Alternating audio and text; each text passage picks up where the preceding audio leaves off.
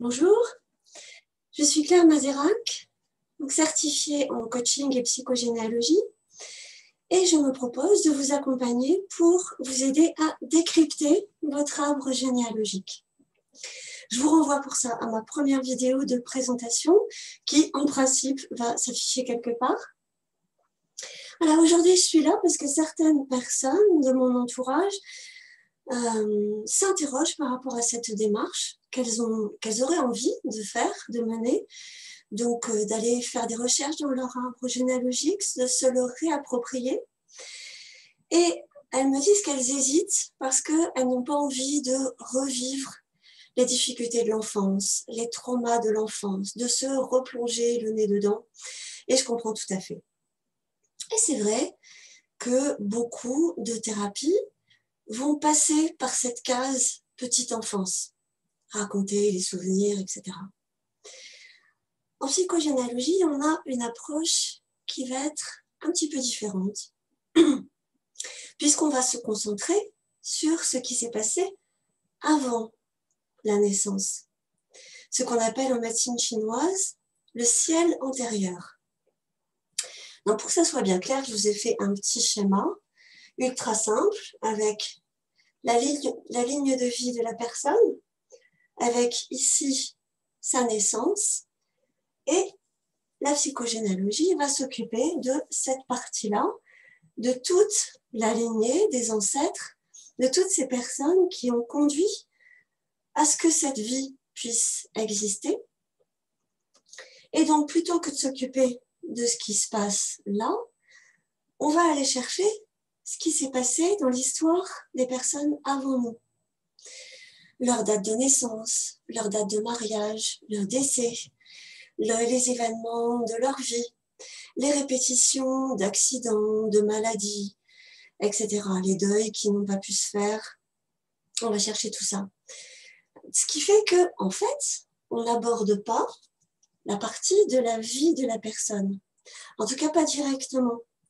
Parce que, bien sûr, dans l'arbre, on va trouver à certains moments des éléments qui vont faire écho à ce qui est vécu par la personne qui fait cette démarche-là.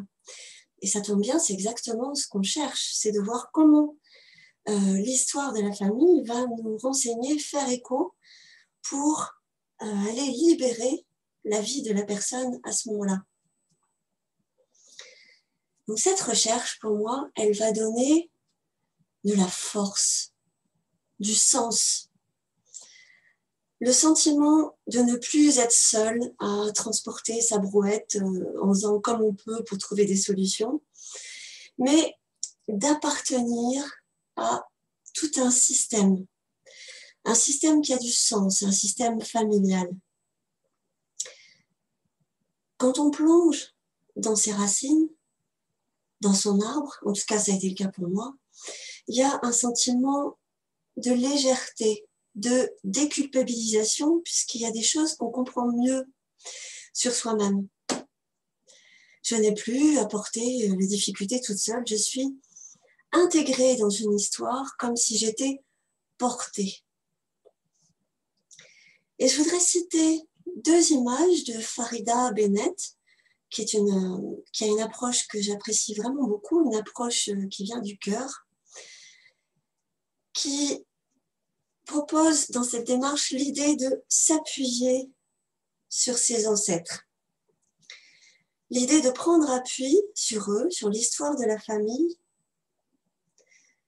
non pas pour se retourner derrière vers le passé, c'est certainement pas je me retourne vers le passé, c'est je vais chercher dans le passé, je m'appuie sur mes ancêtres pour aller de l'avant. La deuxième image, c'est les fondations. Quand on rentre dans un bâtiment, dans une maison, il est rare qu'on pense aux fondations de la maison. On va plutôt regarder les murs, la façon dont l'intérieur est agencé. On va plutôt s'occuper de ça. Et en réalité, si les fondations ne sont pas solides, il y a peu de chances que la maison tienne droit, soit solide, soit bien construite et qu'on soit bien dedans. On a besoin d'avoir des fondations solides. C'est la même chose dans la psychogénéalogie. Pour être fort, on a besoin de s'appuyer sur une famille, sur une histoire qu'on connaît. Et cette histoire va nous donner de la force pour s'appuyer. En fait, plus on connaît l'histoire de sa famille, moins on en dépend, paradoxalement. Ce qui est tout à fait logique. Si on ne connaît pas l'histoire de la famille, on va faire des choix un petit peu en aveugle. Alors que quand on sait d'où on vient, quand on sait de quoi on est fait, on va pouvoir poser des choix vraiment en conscience, des choix où on va être libéré de certaines attaches ou de certains schémas, de certains fonctionnements.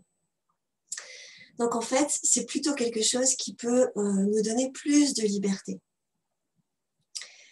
Sans compter le fait que les personnes qui font ce travail-là, d'aller chercher dans leur art, d'aller comprendre ce qui s'est joué, elles vont également libérer l'espace pour les générations suivantes. Donc, pour moi, c'est vraiment, tout le monde est gagnant-gagnant dans cette histoire-là. Voilà, je vous remercie de m'avoir écouté. Je vous dis à très bientôt. Vous pouvez me contacter par mail à l'adresse qui s'affiche dessous dans le descriptif, coachtransgénérationnel@gmail.com. Merci, à bientôt.